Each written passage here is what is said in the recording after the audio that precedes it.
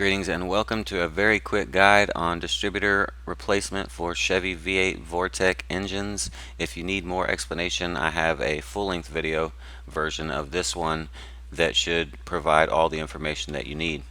The only thing I'd recommend that I don't cover in this video is making a mark on the distributor body as well as one on the intake manifold in order to reference it later when installing the new distributor.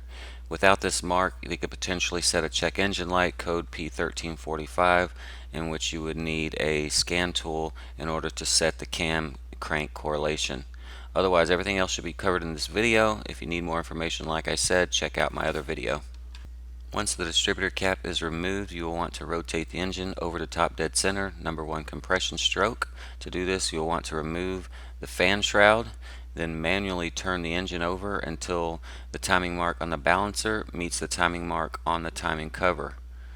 With the timing marks lined up, if the distributor rotor is pointing at number 1 spark plug wire, then you know you have the engine in the correct position.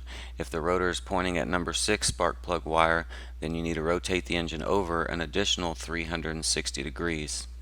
With the engine in the correct position, you can loosen or remove the distributor hold down bolt, as well as remove the connector for the cam sensor on the side of the distributor. At that point, you can go ahead and lift the distributor straight out of the engine. Okay, looking at the new distributor, we'll notice a few marks that we want to get lined up before we install the distributor. First off, we have this dimple here at the bottom of the distributor. What you want to do is line that dimple up with the white painted line there. These marks tell us where to set the distributor before we install it. So this is the starting position of the distributor when you go to install it into the engine. I took the liberty of making these 2 marks right here. So the purpose of these marks, this one is where our final position is. This is where our starting position is. So looking back here, that's our final position. If the rotor button were installed, we'd be pointing right here. Our starting position, as we know, is with that dimple and that line lined up.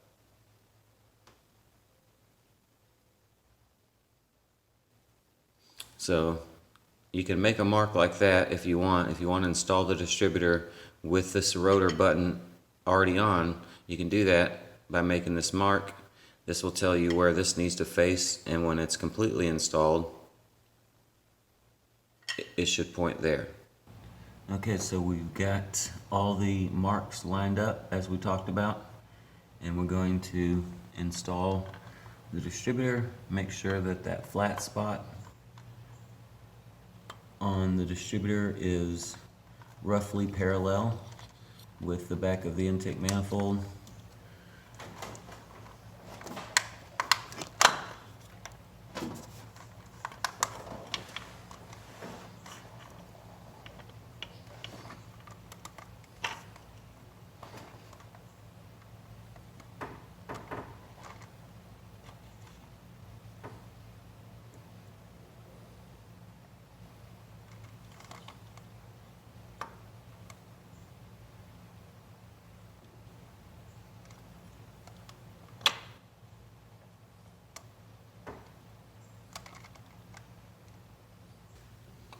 Okay, we've got the distributor where we want it, so just going to put this clamp on the body of the distributor and then finger tighten this bolt.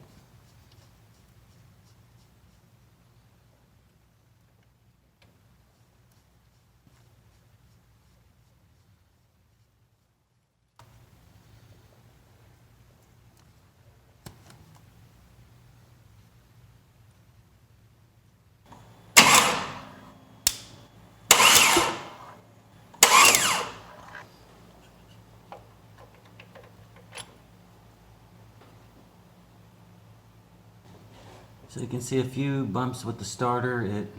It didn't quite want to drop down, so I just wiggled the base and it dropped right down into the oil pump drive. So no need to use a screwdriver to line anything up. That's going to waste a lot of time. It's much easier just to get this Just get that hold down right there, start it onto the base of the distributor, get the bolt run down just enough to hold it snug. Don't tighten it, just finger tight so that this clamp is snug to the distributor base, and then bump the starter. Normally it'll just fall right down by itself, but for some reason it didn't that time, so I just wiggled the base right here and it dropped right down.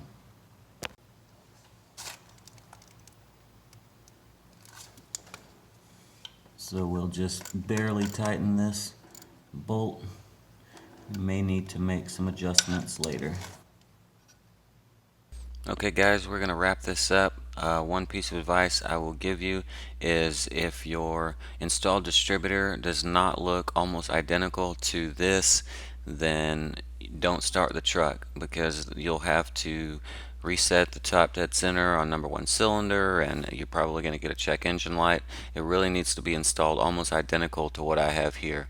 The rotor should point at the small triangle with the number 8 or towards the number 1 spark plug wire, what have you. If it's not pointing here and it's pointing back towards the firewall at number 6 spark plug, then it's not going to start. It needs to point towards number 1. If it's not exactly on number 1, that's okay, but it has to be very, very close. If it looks like it's more than a couple degrees off, then you're going to have to start over from scratch, or at least pull the distributor out and see if you're off maybe a tooth or two.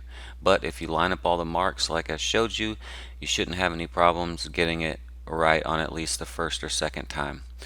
So after that, go ahead and get your distributor cap back on, your wires back in place, airbox back in place, as well as the fan shroud, and you should be good to go. If it has the check engine light P1345, then, and you're sure that your distributor is installed correctly, then you may just be off slightly, in which point, if you can't get it manually adjusted, you may need to have someone with a scan tool to set that for you. Thanks again, and good luck.